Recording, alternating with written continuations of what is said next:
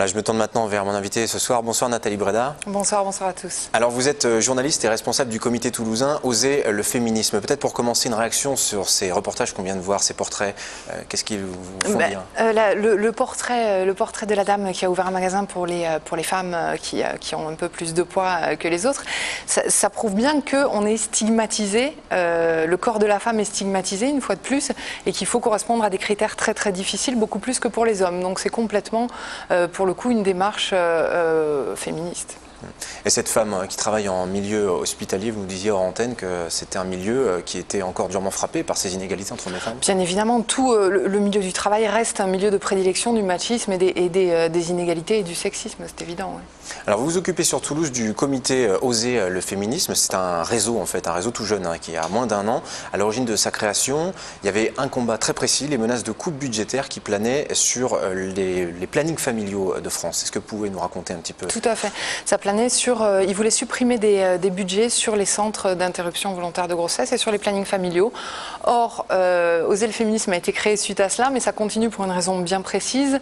C'est que les problèmes avec les centres IVG continuent d'une part, et d'autre part, chaque centre hospitalier devrait avoir normalement un service où l'on pratique les avortements, et ça ne se fait absolument pas.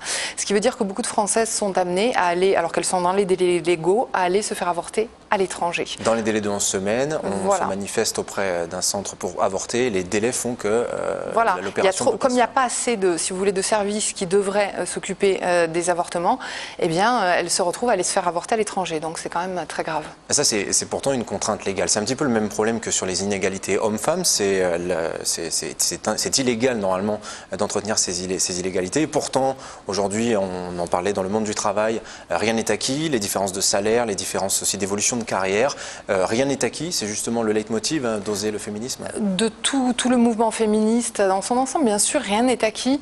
25% en moyenne de salaire en moins dans n'importe quel travail, 80% des temps partiels pour des femmes. Je veux dire, on est loin de la loi. On demande juste que les lois soient appliquées. En termes de parité, c'est exactement la même chose. Donc c'est ça le féminisme aujourd'hui, faire appliquer la loi ? En France, oui, je pense que déjà, si on commence par là, ce sera déjà pas mal. Après, il y a évidemment les violences faites aux femmes, un viol toutes les 10 minutes et des choses comme ça qui sont effectivement interdites par la loi, mais où il y a beaucoup de travail à faire et de prévention et aider les associations. Alors là, on parle de situation typiquement française. Ailleurs dans le monde, la situation des femmes est parfois beaucoup plus catastrophique. En Afrique notamment, on parlait du viol qui parfois est une arme de guerre. La situation des femmes dans le monde, ça vous préoccupe, j'imagine? Bien évidemment, parce qu'on est solidaire des femmes ici en France, c'est-à-dire qu'on a déjà évidemment nos combats en local. En revanche, à l'international, et aujourd'hui c'est la journée internationale des droits des femmes, eh bien il y a beaucoup de choses qui se passent et je pense notamment à l'Afrique du Sud où va avoir lieu la Coupe du Monde de football. En Afrique du Sud, les femmes qui sont lesbiennes sont violées collectivement, ils appellent ça des viols correctifs pour corriger, pour qu'évidemment eh bien, elles arrêtent d'être lesbiennes. Et ça, c'est quelque chose, c'est innommable, c'est monstrueux et je pense qu'on peut se poser la question, puisqu'on va en Afrique du Sud, de peut-être mettre ça en lumière. Journée internationale des femmes, journée de combat, une petite touche positive aussi. La place des hommes aujourd'hui dans le féminisme? Mais les hommes, alors, il y a eu des manifestations, comme vous le savez. Il y a eu des manifestations à Toulouse ce week-end et samedi, le 6 mars, en vue du 8 mars.